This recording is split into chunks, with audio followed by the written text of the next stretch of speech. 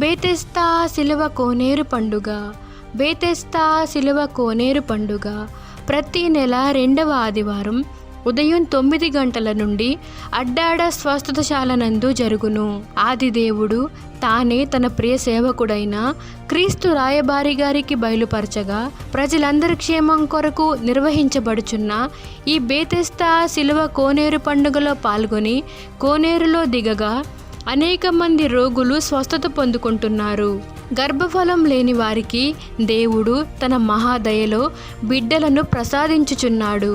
సమస్యలలో ఉన్నవారనేకులు తమ సమస్యల నుండి విడిపించబడుచున్నారు.